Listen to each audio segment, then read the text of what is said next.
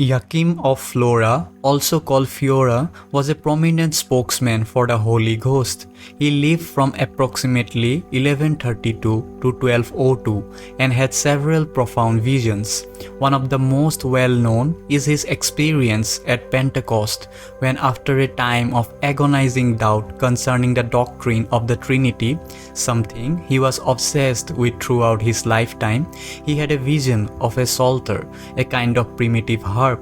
The psalter had 10 strings on it and was in a triangular form signifying the Trinity.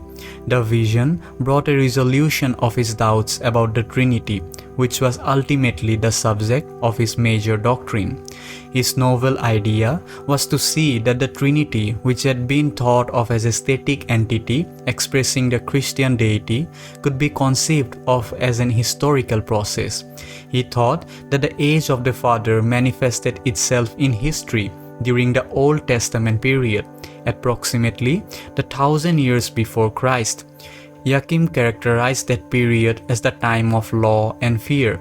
The age of the Son, considered to be the New Testament age, occurred during the first 1,000 years of the Christian Aion and was described as the period of grace and faith. The age of the Holy Ghost was considered by Joachim to begin about 1000 AD, and that period was to be characterized by the qualities of love and spirit, the manifestation and indwelling of the Holy Ghost in individuals. Now, Joachim was a forerunner of Jung in the sense that Jung has also translated the symbolism of the Trinity into a temporal process, a process of psychological development.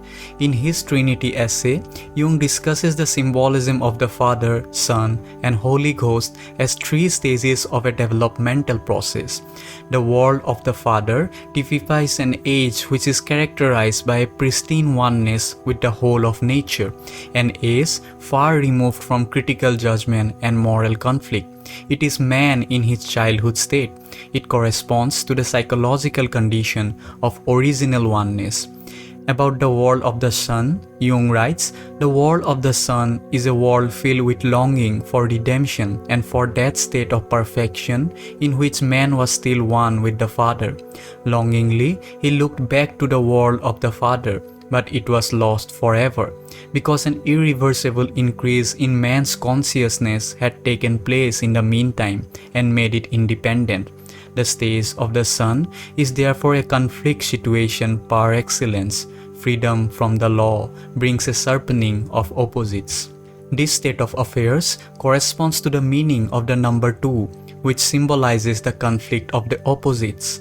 The Holy Ghost takes us to the symbolism of the number 3, and concerning the world of the Holy Ghost, Jung writes, "The advance to the 3rd stage means something like a recognition of the unconscious, if not actual subordination to it. Just as the transition from the 1st stage to the 2nd demands the sacrifice of childish dependence, so at the transition to the 3rd stage, an exclusive independence has to be relinquished. This 3rd stage means articulating one's ego consciousness with a supraordinate totality, of which one cannot say that it is I, but which is best visualized as a more comprehensive being."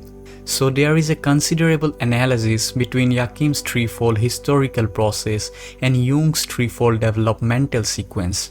One striking similarity is that Joachim thought of the final age of the Holy Ghost as ushering in what he called the Ecclesia Spiritualis, the Church of the Spirit. Jung makes use of this term. It shows up in alchemy. It corresponds to that church in which each individual has a unique relation to the Holy Ghost.